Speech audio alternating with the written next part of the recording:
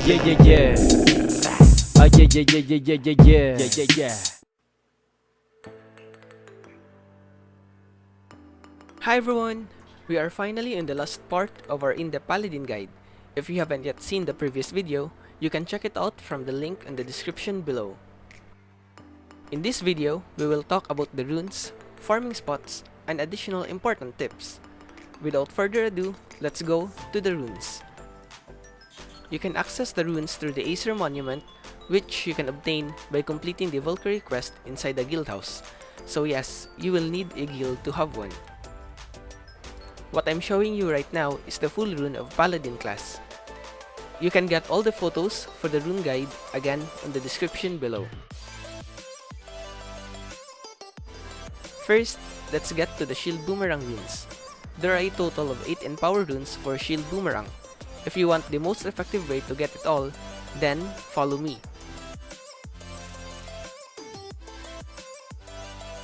The first rune you can get by following the yellow line from the center. A total of 18 gold medals are required to get it. The next two runes are just near the first one, and cost 8 gold medals each. These are the blue and the red lines shown in the screen. The fourth rune can be obtained through the green line and cost 12 medals. Then follow the light green line towards the fifth rune, which will cost another 8 medals to obtain. After the fifth rune, the final 3 runes cost a lot. You can follow the pink line in order to go towards the sixth.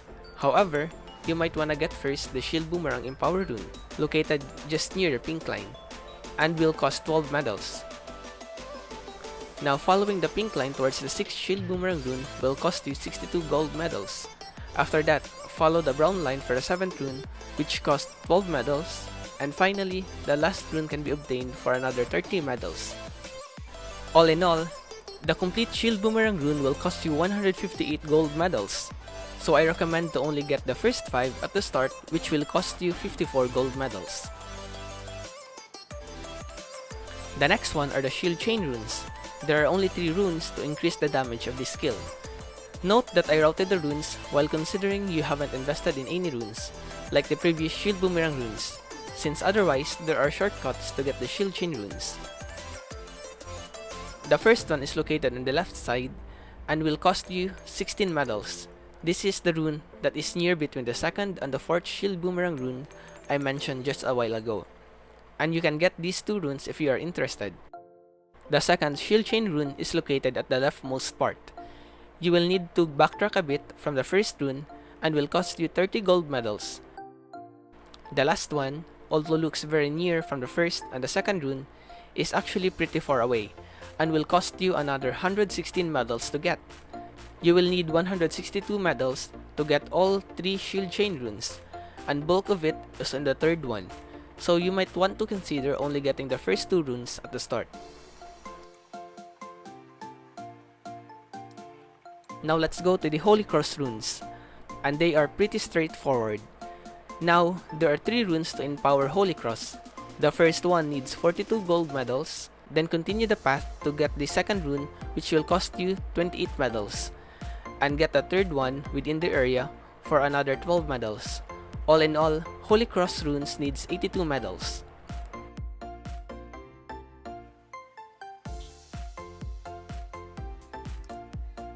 The last one that we will discuss is the good old Grand Cross.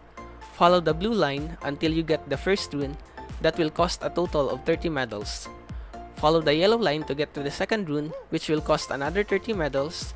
And finally, backtrack a bit and follow the green line towards the final Grand Cross rune, which will cost another 30 medals, for a grand total of 90 medals. You may also want to consider getting the remaining Grand Cross Quick Cast and Grand Cross Alert, which will cost you another 12 medals each.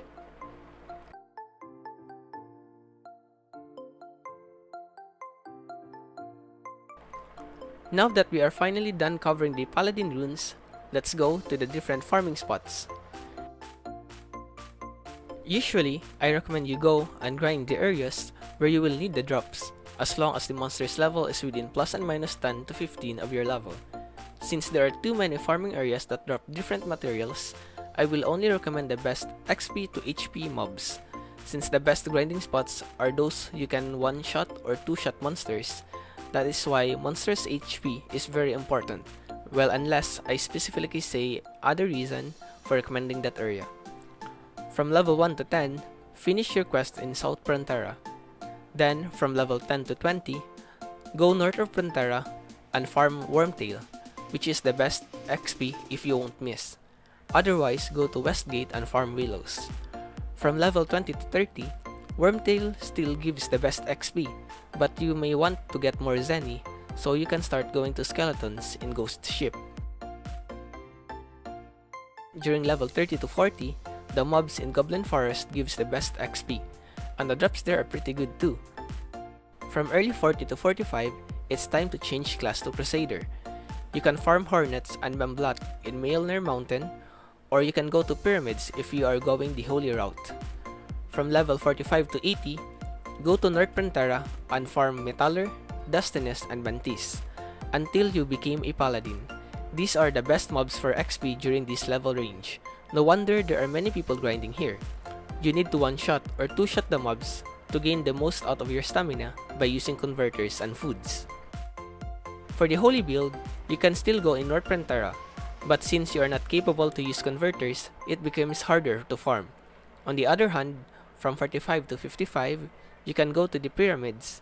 At 55 to 70, you can start with Munak, then go to the Kibis and Suhis at Payon Cave. Though the XP to HP ratio is not that effective compared to grinding in North Frontera, but the drops there are better. At level 70, you can decide either to stay in Payon Dungeon 2 or go to Orc Dungeon that has important drops for crafting higher level equipments. And beyond level 80, it's time to start grinding in Glass Time. Choose whichever mobs you fancy, since most of the mobs there are undead or shadow and gives great drops. For shield build, at level 80 to 90, you can go to Punk or Orc Lady. And at level 90 to 100, it's up to you if you want to stay in Punk or Orc Lady, but if you have the damage though, you might want to consider going to Toy Factory, but this will need some race cards and job breakthrough in SB and Shield Chain. With that, we almost covered everything regarding Paladin class, but there are some important tips that might save you time in getting to what you want, from zero to hero. First, as mentioned in the first video, Paladins is one of the class that greatly benefits from Ymir's Book. For those who are new, Ymir's Book is an item you can buy by being Adventurer Class C. This will let you switch build for free as long as you're inside a town. Unlike other class, Paladins requires different stats and skill builds for grinding and tanking, and also PvP to some extent.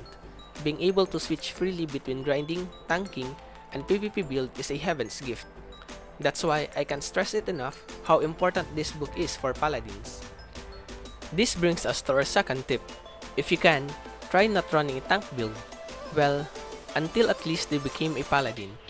Leveling in a tank build is very difficult during Swordsman and Crusader days, and it's only until you reach Paladin class that Shield Boomerang comes out, which damage increases with Vitality, making tank builds somewhat viable. But even with that, it is still inefficient, so if you have the luxury, try going semi-tank instead, and wait till you get Ymir's Book to switch to full tank build. The third tip is to eat your foods, especially during grinding hours and while tanking MVPs. Never cheap out on consumables. During grinding, getting that unlimited SP is a must, since Paladin skills are all mana hungry, well except for Shield Boomerang. Don't worry though, the investment will easily pay off, and you will have faster time leveling than those who don't eat foods and just do manual attacks. The fourth tip is in relation to that. Always ready the converters. Paladins don't have huge DPS, but they've got the good burst damage to enables us to one-shot or two-shot enemies. Take advantage of that potential during grinding. Use the necessary converters in order to reach the necessary damage so other people won't or can't KS you. The fifth tip is if you are very broke and you are using a simulator in PC. That is to create another account to become a food slave. Just let it grind to have the Zenny needed to buy the 0-star foods, then party it up to your main Paladin, share the food to your party, and let the Paladin eat the food, and voila, unlimited SP. Also, you may want to make the alternate account as a priest to help you grind using Grand Cross.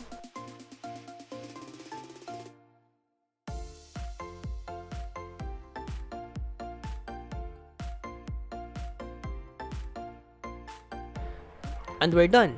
Thank you so much for watching my guide. If you have additional tips, share it out in the comment section so that others will know. Good luck and happy gaming!